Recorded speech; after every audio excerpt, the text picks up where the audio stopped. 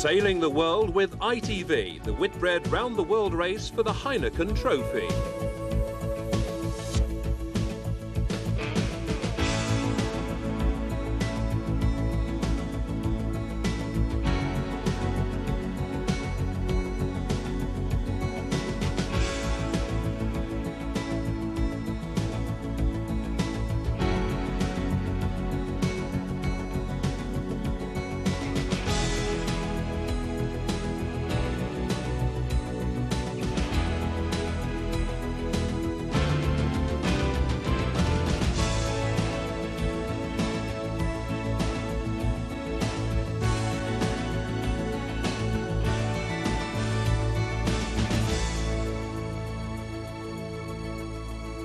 Hello from sunny Punta del Este in Uruguay, where holidaymakers here in this premier South American resort have been treated to a great finish in the Whitbred Round the World race. I'll bring you the winners of leg 4 in a moment. And this is the tranquil setting of Warsash Sailing Club on the edge of the Hamble near Southampton. Well, I'll be taking a look at the tactical decisions which put some boats ahead, some behind. I'll be joined by experienced navigator Vincent Geek and Tracy Edwards, who skippered maiden in the last race. Well, this week all the yachts rounded that famous landmark, Cape Horn, which didn't live up to its fearsome reputation. Instead, it was a case of the calm after the storm. The yachts took a real hammering as they approached Cape Horn. 50 and 60-knot squalls damaged some of the fleet. Dolphin's keel started to work loose, and Heineken lost part of their rudder.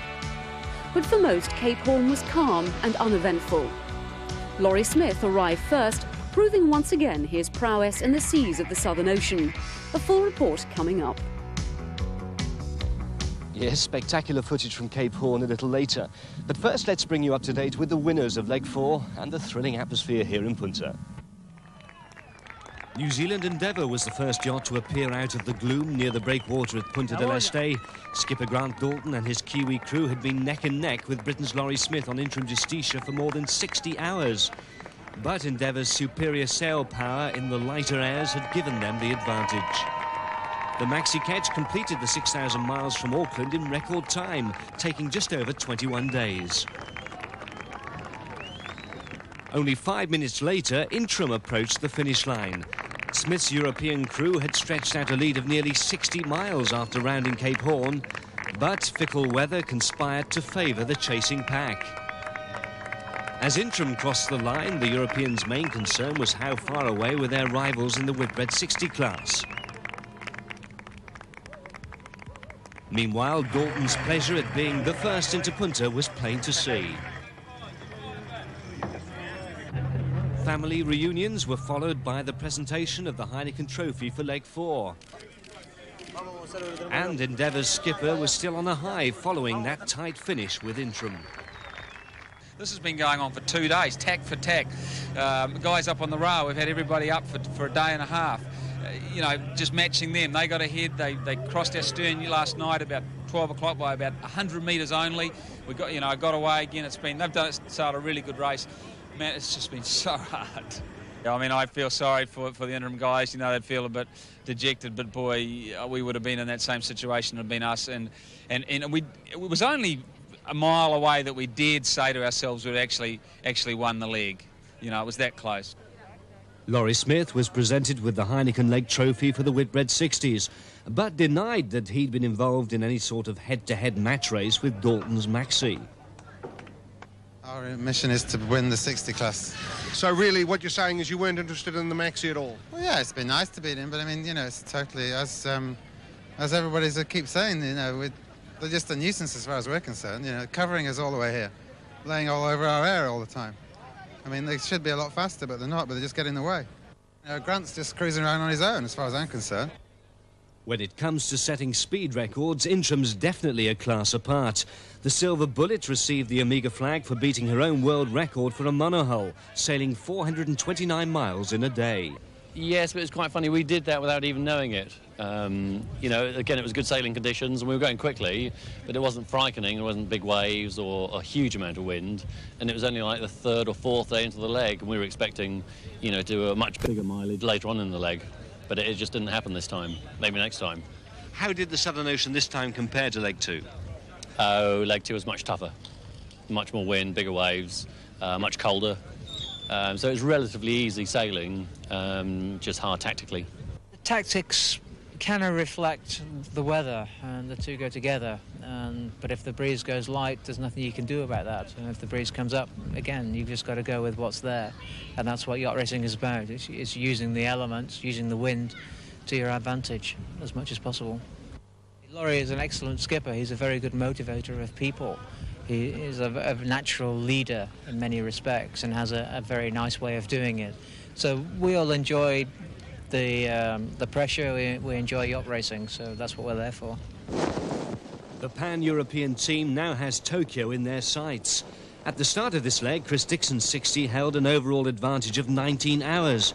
But Intrum's second success in the Southern Ocean has cut that by several hours, and the British skipper smells blood. I mean, Dixon's a very nervous guy, you know. He'll be getting a bit twitched, and he's not got a very good crew. He's got a fast boat and a poor crew, you know, so they'll all get fired probably when they arrive. You've been serious now, Laurie. Well, I mean, I'd fire them for that performance.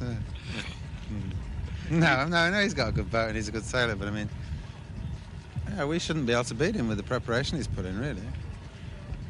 His tactics aren't very sound, you know. He's won the legs that he's won by going faster, and now the other boats are all caught up to him in speed, and he's having a hard time.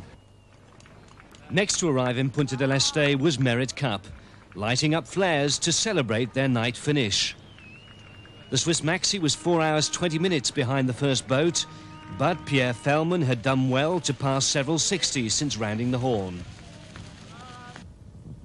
Then came Laurie Smith's big rival Chris Dixon on Tokyo, finishing 5 hours behind Intrum. It means Tokyo loses her overall lead after 4 legs. That passes to New Zealand Endeavour. But Dixon still has a 14-hour advantage over Intrum. Oh, it's been a long leg, and we're certainly very, very pleased to be in Punta, and Intrum did a great job. We handed to them. They made the break and they hung on to it, and they did a very good job. Rossfield's Yamaha was only 8.5 minutes behind Tokyo, the closest finish between two Whitbred 60s so far in this race.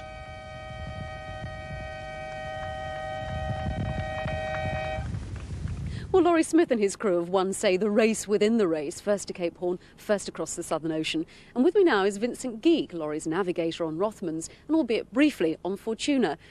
Vincent, your introduction to doing things the Smith way was 4 years ago in the Whitbred. What's he like as a skipper? I think first and foremost, he's very thorough indeed. Everything to do with the boat, whether it's sails, structures, navigation preparation, anything at all on the boat's got to be done perfectly. He gives his best to the boat and he expects everybody with him to do their very best. He's very good at delegating. He'll analyse the situation, prioritise things, delegate it, and then he just keeps tabs on everybody like kind of a good manager and just expects everyone to put it together. And because of that, people do. Yes, how does he treat the crew? How does he motivate them to do their best? He's got a unique sense of humour.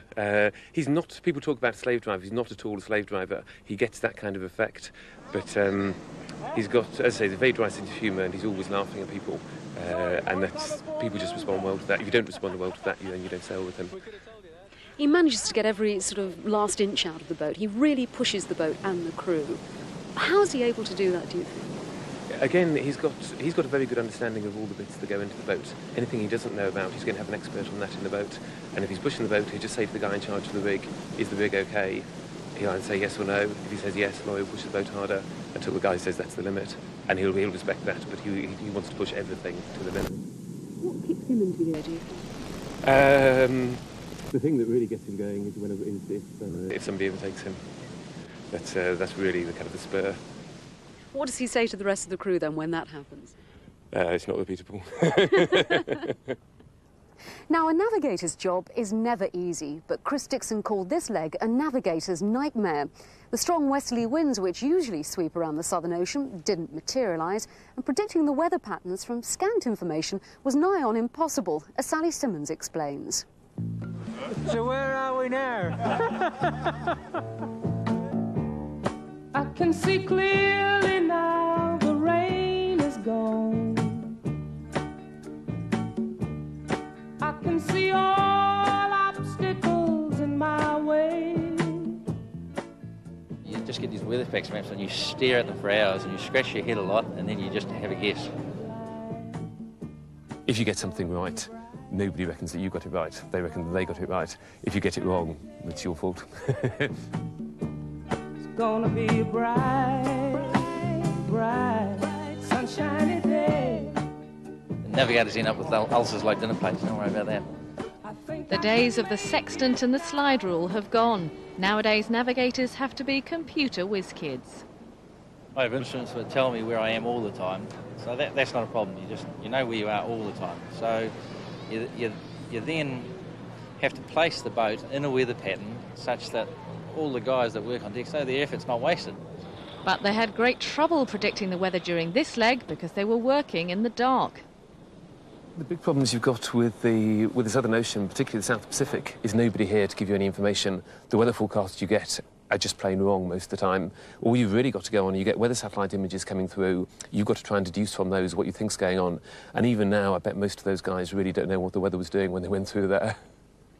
This weatherfax is what navigators have to work on. The arrows show the wind direction, and each prong on the arrow indicates 10 knots of wind. 2 prongs means 20 knots, and so on. But the arrows are 120 miles apart. Not much help when your rival is on the horizon. Having gone south to go the shortest distance and find the wind, the big tactical decision on this leg was when to go north, and Intram got it right.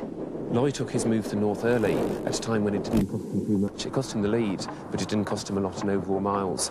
By the time the other guys came to come north, conditions were much more adverse and they lost more.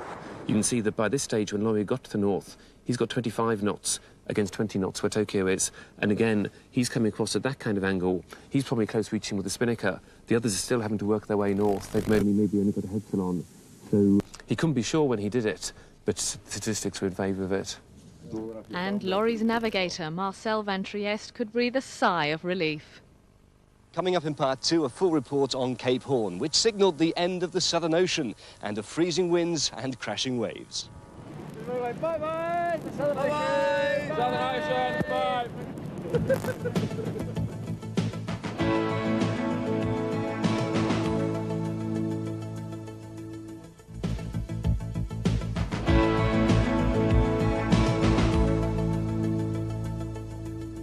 Welcome back to Punta del Este, where it's gloriously hot and sunny. Over the next few days, the crews can take time to thaw out and pack away their balaclavas and thermals. They've left the Southern Ocean for at least another 4 years. Cape Horn marked the end of cold grey seas. And as I found out, the weather down there in southern Chile was remarkably kind. Spectacular Puerto Williams on the Beagle Channel was our last port of call before getting to Cape Horn, 90 miles further south.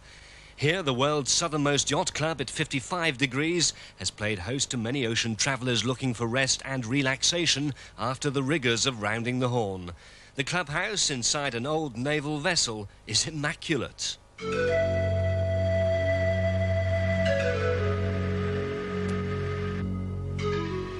As we approached the mystical landmark of Cape Horn, the views over this most remote corner of the globe were breathtaking.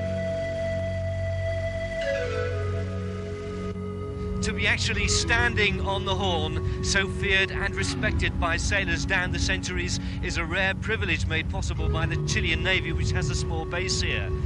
The fierce winds and storms which lash this bleak pinnacle at the southernmost part of Latin America are among the worst in the world.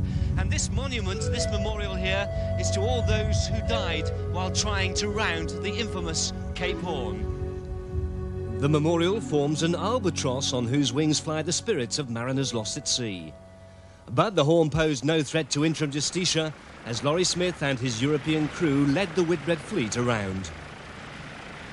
Tide reaching in 30 knots from the northwest, Intram, the Heineken Trophy winner for Leg 2, had again mastered the wild conditions of the Southern Ocean. With 1,300 miles to go to Punta del Este, Smith held a slender 10-mile lead over the first maxi to round the Horn, New Zealand Endeavour. Grant Dalton and his Kiwis celebrated the maritime milestone and looked forward to the finish of Leg 4. Well, after 15 days at sea, we've finally made Cape Horn. It's been a hard trip, but we've got Intram Justitia just ahead of us. It's been a bit like feeling like we've had a knife at a gunfight a lot of the time. We've been in Whitbred 60 conditions a lot of the way. but the guys have done a fantastic job. The boat's come through totally unscathed, other than the steering wheel just next to me got smashed the other night when a wave went through it. But for all of us to get here now and enter into the Atlantic and hopefully into lighter airs, into conditions which should suit us better, we're looking forward to that. And there's nobody on board this boat that is unhappy about getting out of the Southern Ocean, round the Horn, and into the Atlantic up towards Punta del Este. We haven't enjoyed this leg, but you know, as I've said, it's a bit like going to the Southern Ocean's a bit like going to the dentist. You don't enjoy it. You've got to go there every now and again to live on with life, and it's part of the Whitbred race. And it's been helter-skelter, very, very wet sailing, the wettest any of us have ever done. Even last night it was up to 40 knots again coming into the Horn.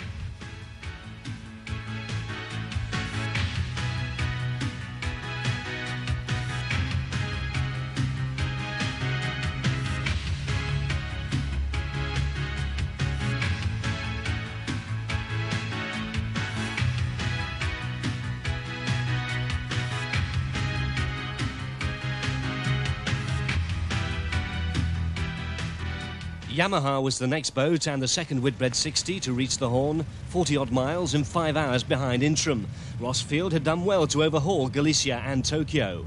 We've made a very good recovery. I mean, the crew really knuckled down and we got stuck into it when we were a long way behind, and we've come through very well, so it's really good to get here. I would have liked to be first, but I'm happy with second at the moment. Within sight of Yamaha was Tokyo. Skipper Chris Dixon working hard to close the gap on Laurie Smith's Intram, or risk having his overall lead of 19 hours nearly cut in half. All the crews had good cause to thank King Neptune for making their passage round the Horn a safe and relatively easy one. For the time being at least, there will be no more lost souls carried high on the wings of the Cape Horn albatross. Well, it looks a pretty bleak and desolate place to me, but Tracy Edwards, arriving there, your perception of it must be very different having gone through the Southern Ocean again. That's right. When you first see that point of land, you see that huge rock rising out of the sea. I mean, it's very impressive, but it's also a very welcome sight. As you say, you're just coming to the end of your Southern Ocean leg. It means you'll be going north soon, and you'll be getting into Uruguay soon, which of course is very important. Now, what was your experience of rounding the Horn on Maiden 4 years ago? We're very sad to say, really, that it was quite flat calm and not very much wind. I mean, we were sort of expecting something a bit more drastic and, something we could come home and say, well, the waves were 100 foot high or whatever. But it was very pleasant sailing. The sun was out, we had the spinnaker up just at the right point of sail. The sea was, sort of a nice level, and it was great. Now, rounding the Horn might have been a good experience then, but the actual leg itself, Tracy, that wasn't too good for Maiden, was it? You started off well, but in the end it sort of went pear-shaped for you. That's right, yes. Well, mainly my fault on the navigation side. I didn't do very well as well as I had done on the previous Southern Ocean leg, but it was also the worst leg because we developed a leak as we were going past the Falkland Islands, and an RAF Hercules was actually scrambled to come out and check that we were okay, because at one point we thought we were sinking. We were taking on about 50 gallons an hour, which was a lot, and by the time we realised the amount of water that was coming in, it was up to the second bunk, which is sort of past your knees, and basically, they say there's no bilge pump like a bucket in the hands of a frightened man, and that's very true. We shipped all that water out by a bucket, but in the end we found the leak and everything was fine.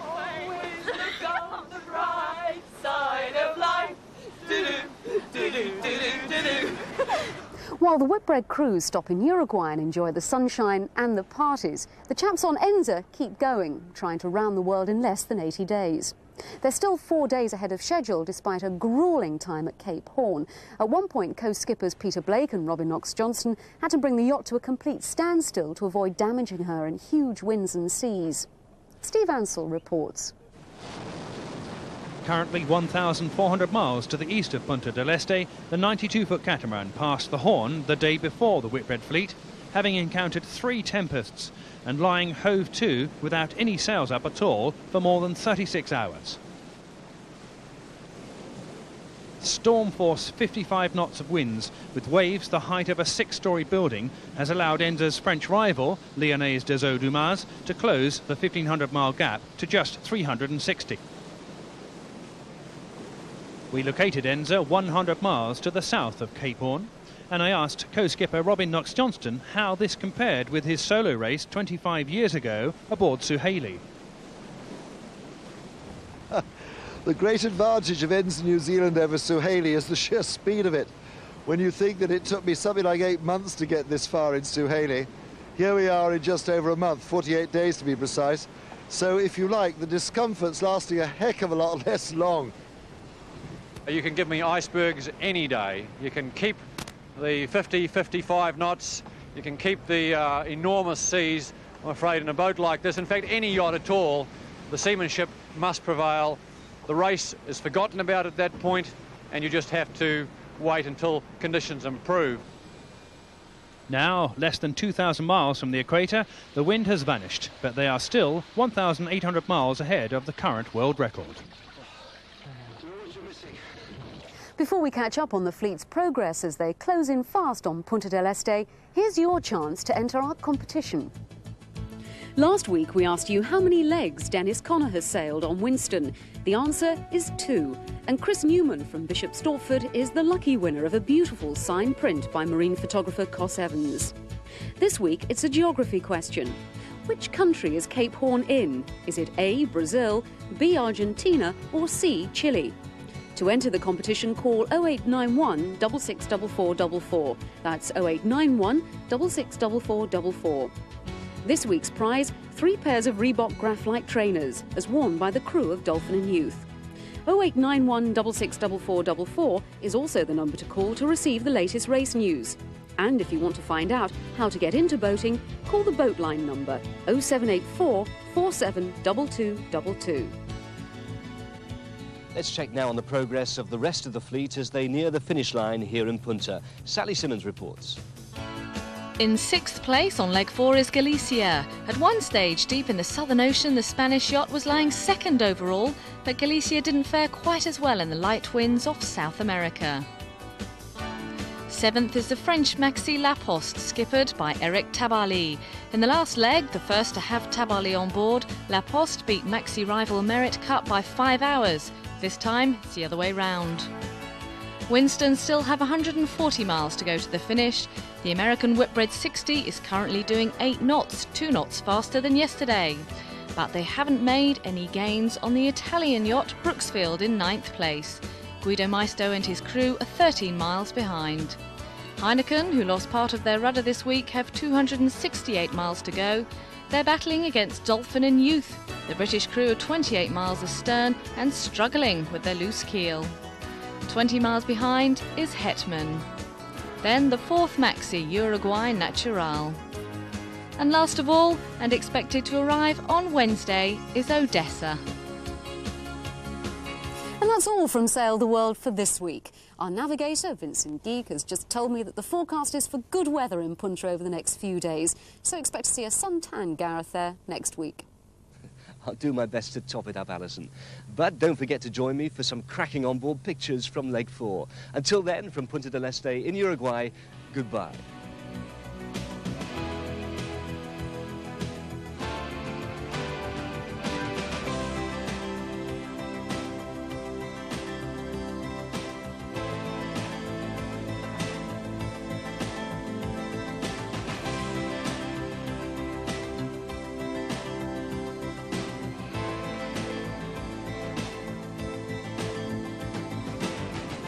Sailing the world with ITV, the Whitbred Round the World race for the Heineken Trophy.